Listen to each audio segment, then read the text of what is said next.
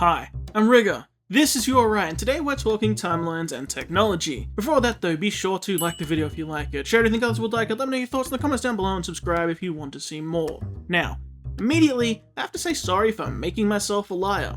I said I probably wasn't going to talk much about Ice Queendom until we get more info, but then immediately I was pondering concepts and, well, it led to this. This one came to mind to a degree that I really wanted to share it. So, just to set us up, we presumably know what Ice Queendom is if you're on this video. Speculations of course are abound about the specifics, but we know they're calling it canon adjacent, whatever that means.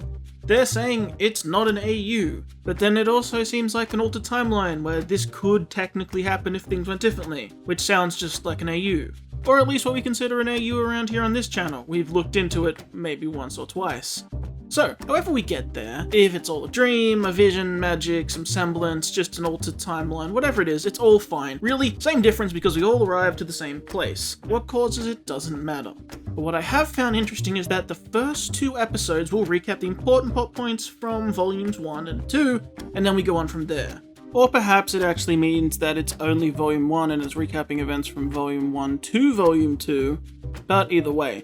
Meaning our changes either come in volume 2 or volume 3, which makes a lot of sense. Because yeah, from experience, if you want to change something in this story, it has to come before volume 3. The events of volume 3 absolutely dictate the direction your story is going to go.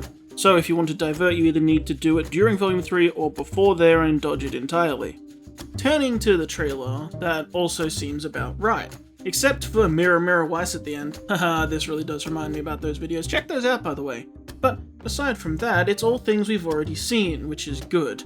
As a marketing tool, it's great because obviously it gives us a comparison point to show the art style and what's different, and it doesn't spoil anything. And that's good, specifically because this is a Japanese trailer. Now, I don't know how many of you have experience watching more anime, I assume most of you.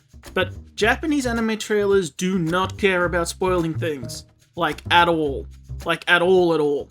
It honestly makes me wary of another full trailer to be released before the actual show, where they might just spoil everything because that's just how they do it. And I mean it really is just a difference in how things are done. I mean, it's happened a lot. You can look at a lot of animes where things are spoiled in, say, the opening or the ending. It happens a lot in their trailers too. In your own time, go look at the Japanese released trailers for the RWBY volumes when they've been translated. They don't care about spoiling things, they spoil it all.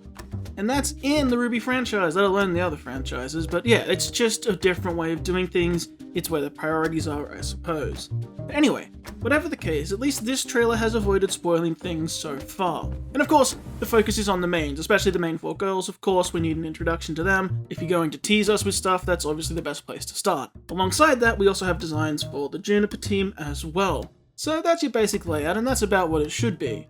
But what stands out is that the other side characters haven't been touched yet. All those millions of side characters RWBY loves so much. But if we're talking volumes 1 and 2, the most prominent absence so far is, of course, Sun, actually. Yeah, I know this isn't a video about Sun, but he is the most prominent one next to the rest of the cast, really. Except for maybe Ozpin, but he actually does appear in the trailer. I don't know how often people actually go back and watch volumes 1 and 2, but Sun's involved in a lot of stuff. He's just very present. From his whole introduction stuff, and that leads to discussions about the Faunus, plus there's the finale in volume 1, there's all the stuff in volume 2, from painting the town to going to dance with Blake, lots of stuff. Once you get to volume 2, along with that also goes people like Neptune, but again, he's second to Sun. So perhaps I should be making a video about Sun. Well, nah. I mean, it's interesting, and maybe, but not right now. Because chances are he just doesn't tag along to Atlas, he goes his own way. Perhaps something to do with Blake again, perhaps not. Whatever. Maybe he even does tag along, it's really not gonna change heaps. What's more interesting is the other side character, and the one tied far more heavily to this plot you'd think, and that's Penny. If you're talking volume 1, then yeah, Sun and Penny have about the same screen time really, because they come in at the same episode, they both split off with different parts of Team RWBY, and then they come back together at the finale. Volume 2 though is where you get a lot more Sun. Now, I know what you're thinking, maybe these characters don't matter at all, and maybe you're right. But this says volume 1 and 2. Why doesn't it just say volume 1?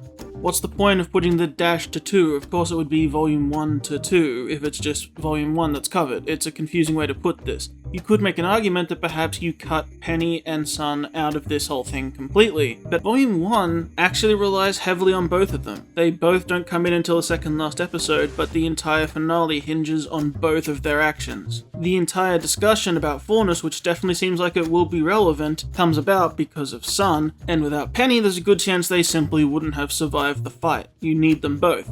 Arguably a smaller side character given actual screen time over volumes 1 and 2, but also very important. Now, just like Sun, perhaps it's nothing, but Penny's case is a lot stronger that she's gonna be relevant, so it's worth thinking about. Sun may come along or may not, but whatever way you slice it, we're going to Atlas. So that's kind of the point. They aren't wearing snow gear for a cold desert night in Vacuo, and that's when I started thinking. There's a lot of questions here, and for real, that's what the comment section is for as well on this one. I want you guys' input, because obviously I don't have all the answers, I just wanted to start asking the questions. So please let me know your thoughts on all this stuff and what else you have in mind. But, starting point. We know, in quotes, Volume 3 doesn't happen, or at least happens very differently. Case in point, the franchise's Lord and Savior has survived. So yeah, immediately we know things went down differently. Pure living. That's a weird concept. But Pyrrha living puts another image in my head. This image.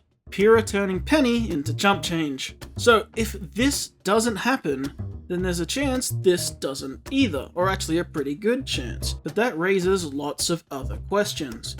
You see, initially I thought perhaps the gang doesn't meet Penny at all, that perhaps they meet her in Atlas when they first arrived there. Or she's sent to the tournament, but the characters don't attend, so they miss her and she's just not in the story, she's at Beacon. Now I will say both are still possible because it really depends on how solidly they're sticking to this idea that Volume 1 and 2 are the same. Because Penny was around a lot longer than just this. She's introduced in Volume 1. So if nothing changes, they still meet her in Volume 1, they still have the fight at the dock, etc. That means she's here for the tournament. And one day it'll be my job to save the world, all of that. My point being that even if this conversation doesn't happen, even if Volume 2 doesn't really happen like this, they've already met her and that is her purpose. She is in town to fight in the tournament, and she still thinks it's her job to save the world. She's heading in with that mindset, and that's important. Even if our characters don't become as friendly with Penny and don't get to know her more in Volume 2 and don't learn the truth about her, pieces are still in place, so long as the events depicted in Volume 1 are as faithful as they're claimed to be. The trailer certainly did avoid the other side characters like Roman, Cinder, Emerald, Neo, Mercury, etc. Obviously also major players. How relevant they might be to the story also remains to be seen. So what's going to be interesting is in those first 2 episodes, what does and doesn't make the cut of relevant plot points to this story in these Volume 1 and Volume 2 recaps.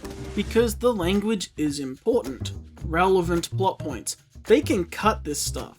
They either don't want it, or they don't think it's relevant, or sneakily just change some history to serve the story. And don't say they won't do that, because we don't know what they will or won't do. Don't just take their word for it. If it makes for a better story, they may exclude Penny's existence at all, and they just meet her in Atlas, or she never exists. Whatever, they can do that if they want to, nothing's stopping them. But thinking more about it, it's why I think specifically Penny is important. Whatever happens with Penny is going to tell us a lot about this series, and we might find out very quickly. She's like this weird plot linchpin that sort of ties this all in together, and however they handle her will give us good information about the direction they're heading. More than, say, what happens with Roman or even with Cinder, those people can be left behind. But what happens with Penny immediately will tell us things. If in the first episode when we're recapping things, Penny doesn't pop up and we get to the end of Volume 1, that tells you a lot.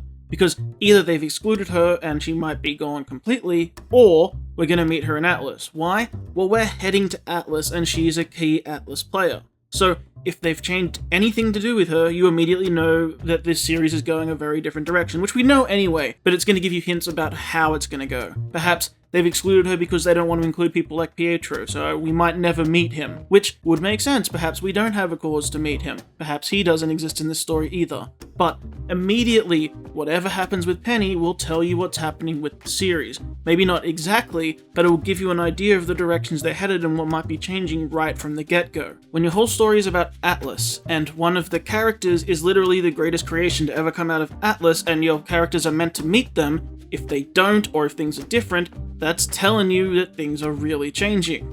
If Penny is included or not, that immediately tells us a lot.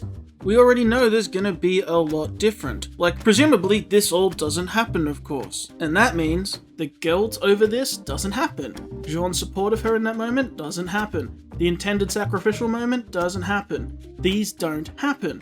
Does Pyrrha even learn about the maidens if Volume 3 isn't happening that way? Honestly, maybe not, and that might even be a good thing. If we dodge the maidens in general as a plot point and focus more on the girl's journey along with the others who come along, I'd see that as a definite possibility. In fact, a pitch could be that the core group here that we know, our main characters, decide to go to Atlas before Volume 3 happens. Then, Volume 3 happens off-screen, and the other characters go on their path. They never discover maidens, and someone else does. Say it's Team Coffee, they're sort of in Team RWBY's role now.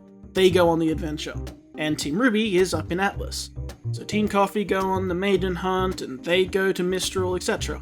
Maybe Team Sun joins them, or, that kind of thing. Then our team up in Atlas gets scared. The dust embargo happens, the closing of borders happen, and everyone is trapped in Atlas for the whole time, from basically the start of Volume 4 onwards. In that time, being in Atlas, everything goes down very differently. There's no information in or out because global communication's down.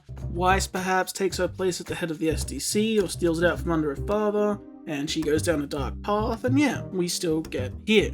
That could happen. Just a possibility. However we get to this seeming dark Weiss is going to be interesting because they say to the end of Volume 2 and they were friends by the end of Volume 2. So, we'll see how that happens. However, circling back to the original topic, that still leaves Penny. So, in that scenario, Penny is still in Beacon. However, there would be no Pyrrha there, so outside of Pyrrha, really only Cinder could hope to match Penny in a fight and take her down and kill her. So maybe it does go down that way, that Cinder kills Penny instead of killing Pyrrha is like the big death at the end that changes things. That gets you to the same point, and Penny still dies. Maybe that's the case, and maybe that news will still get back to Atlas, as would Penny's core eventually. So that would affect RWBY and the others still, because their friends would have died while they were away. Could even be a catalyst for turning them darker. They learn of this tragedy that happened while they were away having fun. Communications are down, and their once friend is now very, very dead. And she was so strong, who could have possibly beaten her? It's terrifying. And that's a lot of motivation. You weren't there to help. In fact, that's the perfect kind of fear and motivation that could lead one to think they need to produce a giant scary mech army like this. Just saying. Certainly an option. But also, let's just take it differently. Okay, same again, but Penny lives this time. Cinder escapes and it all goes down similarly, but Penny lives through it. Then what? She may turn and run off on quests to try and chase Cinder and do the right thing, but that's doubtful, especially when it's not with Team RWBY, it's with other people. So, likely she remains under the orders from Ironwood and returns to Atlas with him. That's also very different, because then, when Penny returns to Atlas, those world-saving times she discussed are being put in motion.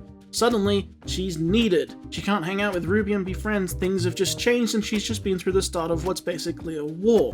And then, things could get crazy. What do I mean crazy? I mean along the lines of turning Penny into more of a soldier, more of a weapon. Ironwood and the military honing in on scrubbing away some of those more human characteristics to turn her into what they need her to be. Perhaps even to the point of modification and tampering with her brain, so to speak, to make her more the way they need her to be to protect Atlas from the horrible threat that's probably coming. You could argue why didn't they do that initially, but again we are talking about a different timeline, and also in this one Penny survives it. It might honestly change Penny as a person, we don't know. Again, dark, but look where we're heading. Pietro may not want that, but Pietro isn't in charge. In fact, something like Penny could be a good starting place to build smarter machines. Like, what if all these mechs on this poster here behind Weiss are not piloted? They're automated. Or darker, they're all soul bonded. They're similar to Penny, but they have just enough soul to create an aura shield and take orders. But calling them alive is, well, debatable and perhaps unethical to try this. Just saying, that's kinda dark, but that could be a thing. Taking Penny as the starting point for a weapons program. a horrific mechanical equivalent to, say, Fullmetal Alchemist's zombie army idea, but these actually work. Just enough consciousness and soul to follow orders. That's pretty horrific and bad for everyone. Especially for whoever the poor people are they needed to start chopping auras off just to make them work. It's not impossible, and again, Penny is the catalyst here. I know people might say they don't want bad things to happen, but, look at the poster, so, you know. Also, say what you want, but we didn't get enough evil Penny in the show, let's be real. They could have had way more fun with this concept, so I'm down for it.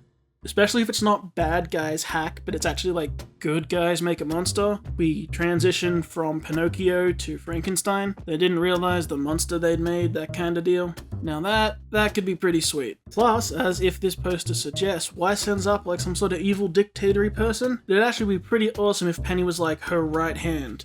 This hardened military Penny who's at the point of standing against RWBY and the others. A near impossible foe to overcome. This could also happen if, say, Ironwood dies at Beacon, but Penny lives. Not knowing what to do, she returns to her father. Atlas is left in turmoil because there's a big power vacuum. Suddenly, 2 chairs are open and everyone's scrambling to try and get elected and no one knows what's going on and the military's out of control. There's panic in the streets because everyone just saw what happened at Beacon. Weiss then perhaps does something underhanded but she thinks is necessary to get control of the SDC away from her dad. Maybe they have to kill him, that could be fun. And Weiss, with the best intentions, uses that power to sort of take over Atlas politically, and then it all goes to a head and she goes down a dark path. That could all work. Like with a lot of stories, the good guys doing what they think is right with good intentions and it all goes horribly wrong is usually a good way to do things. Something like the fall of Beacon happening off screen, and then suddenly Weiss is put in a position of real extreme power. That fear and paranoia and misinformation leading to her making rash decisions and militarizing everything, including Penny, that could happen. In fact, that could pretty believably happen when you hand all that power and responsibility to someone so young and not ready for it. Or you could do it the opposite again, where Weiss does do something like that, but Penny stands against her as a symbol of what Atlas perhaps should be. Progress for the sake of protection and advancement with a soul, not this dominating military force that Weiss is now spearheading. You could do that if you want Penny remaining nice. See, the thing with Penny is she's a power player. Wherever she lands gets a significant upgrade in terms of combat and utility. She can fly. She's among the best fighters. She's got so many upsides. She also has great understanding and is intelligent. She is a huge boon to whichever side she ends up on, especially if we might be dodging out on the maiden plot. If there aren't maidens around in play, then who stands up to Penny? Perhaps maybe Pyrrha, Winter, Crow, Ironwood, and potentially the Aesops if they're a thing in this story? Outside of that, no one can really match her. But will they be around? Will Ironwood be involved? Who knows? Do the Aesops exist is a legitimate question in this version. Will Crow be here? It seems doubtful. And the same goes for the other villains. Yeah, I left them off that list of people who could match Penny, and perhaps they could, but I'm not sure they're going to be involved too heavily. This sort of seems like the opportunity to go away from them and do something different. In fact, if you want to stick to true canon with the show, although it does take place after Volume 2, but if you look at the villain's initial plan, Salem's initial plan, they wouldn't be at Atlas for a long time. Because initially, Salem had planned to go to Vacuo before Atlas in the original timeline. They actually changed plans to chase the lamp when they learn it's going there. You have no idea how curious I am if this scene will ever matter, because it comes up a lot when I talk about it, only because when I try and make theories or talk about what ifs, I have to remember this scene because it is canon, and it messes with me all the time because I always have to fight with it being there. Anyway, in any event, you could be looking at potentially years alone in Atlas, with no communication, stewing in fear for whatever is happening in the rest of the world. Will there be an Amity Tower project? Maybe not, who knows, it does take a while to get back there anyway, so not initially for sure. So yeah, no communication. It really feels we're heading in a different direction, and they've been working on this thing for years. And that's also important. I wouldn't necessarily count on any of the Atlas plot points we're familiar with actually really being involved. Like, the faunas and stuff definitely will be, but when it comes to other happenings in Atlas, like the Aesops or Robin Hill or any of that, there's no guarantee those characters are still going to be there. There's every chance that those characters weren't factored into the anime team's plans and they were left to make what they wanted out of Atlas. Just saying, like, there's no reason they have to stick to that and they very well might not. And also, timeline is very important. Even if those characters do exist, we will be at Atlas a lot earlier than they get there in the story, so things could be very different. Such as there won't be an election happening, etc. So why would Robin Hill be involved? Why would we care? Why would we get involved with that? We might not. You get the point. But now I'm rambling away from the main point of this video, which was Penny, so back to her. All of this leaves a lot of holes and questions, but I can't help but see that all the possible timelines and what-ifs end up being at least displayed through Penny. Obviously, it goes without saying that everything I've just said that's plot-wise, the machines with souls and all of that, that's all just ideas off the top of my head for what might happen, just possible paths to take. It could be nothing like any of that. It doesn't really matter, they were just examples. My point is that when the main factors of this show, just from the poster that you can see, as well as what you can gain from the outfits, it seems to be, yeah, it's cold, Atlas, and military, and Atlas, military, you get Penny. And we're doing at least Volume 1, and Penny's in Volume 1. So literally any path they take, Penny's gonna be affected. Now yes, obviously everyone will be affected because timelines are different, so everyone's changed, but she is so involved in all of those things. Whether she dies, or lives, or comes back to life, or isn't built yet, all those things affect the main cast and the plot.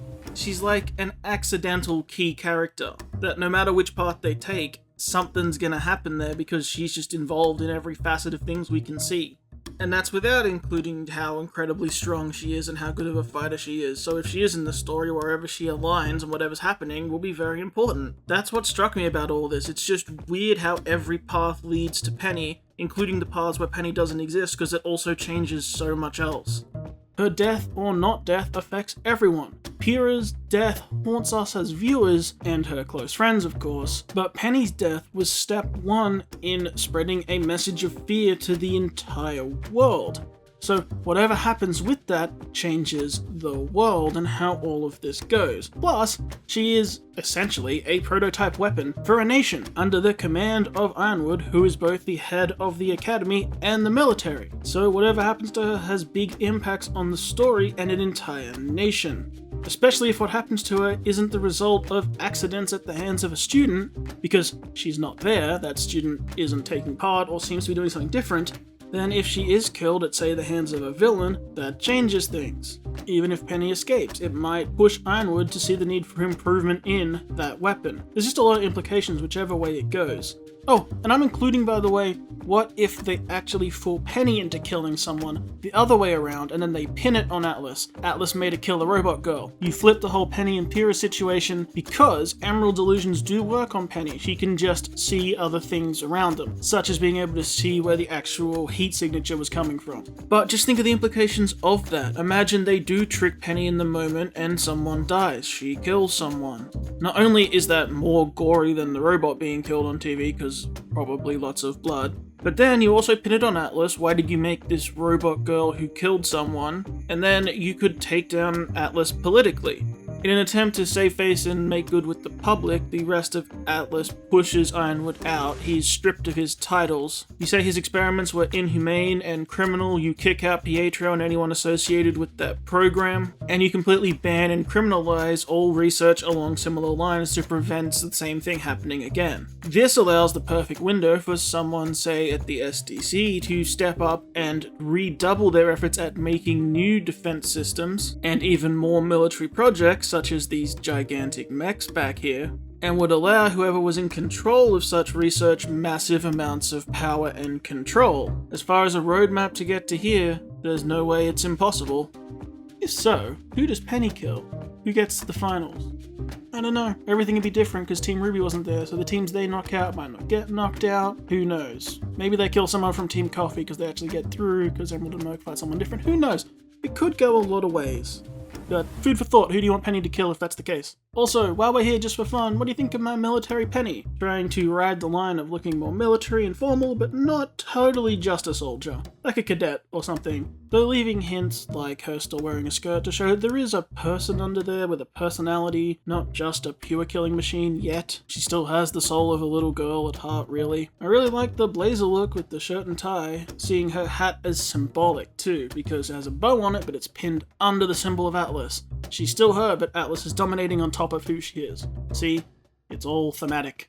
Also, making her emblem her tie is just my favorite thing. And for those of you saying it can't work, if the hollow line is actually clear material like a plastic or something, it absolutely can work. So shush. Also, a tie clip, because formal, and also she has to fly around, can't have a tie hitting you in the face. It's practical. I did my due diligence in remembering her backpack straps too, because I envisioned that perhaps in this timeline, this is the original Penny who still went to Beacon, but she survived, so she comes back more militaristic, but she still has her backpack. She hasn't got that upgrade yet that she got with her rebuild, though it's a brown leather backpack to fit more the military style. The hair is still rolled into curls, but it's much less poofy, and instead it's all neat and straight and only rolled around the base, more formal looking, more serious. We even have some locks obscuring her face a bit, so there's a little more detachment there from the person underneath. All of the colours are actually picked straight off her original design, giving her again some more personality. It's not Atlas's pure white uniform. She still stands out as different and special. I like it. As you can see, I didn't get around to doing legs. I guess to be more in line with her military styling and also in line with her second design,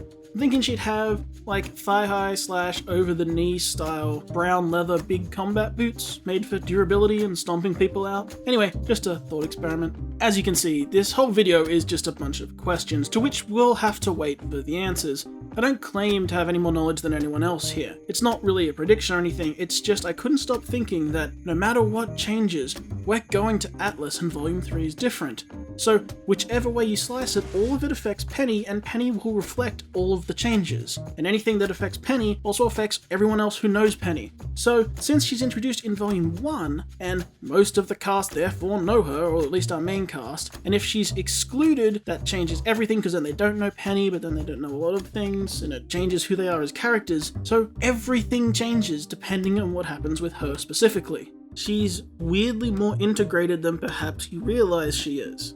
So sitting back with a bunch of questions and just looking at the big picture of the many road maps we could be taking, I think Miss Polendina could be very, very significant to this story after all.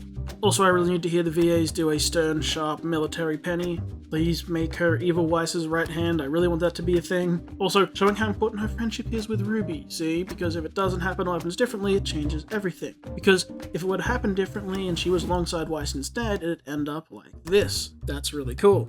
Anyway, that's quite enough speculation for today. Thank you for lending me an ear. If you liked the video, please be sure to like it, but more than that, for this video specifically, this was all what ifs and maybes, so let me know your thoughts of the what ifs and maybes and your own what ifs and maybes down below, because I really want to hear them. It's fun to speculate, and finally we have something to do that again with, something we have really no information on, so it's all just fun guesswork. So let me know your thoughts and ideas in the comments, and please subscribe if you'd like to see more. Until next time, my name is Rigger, I hope you have a wonderful day, and I hope I did alright.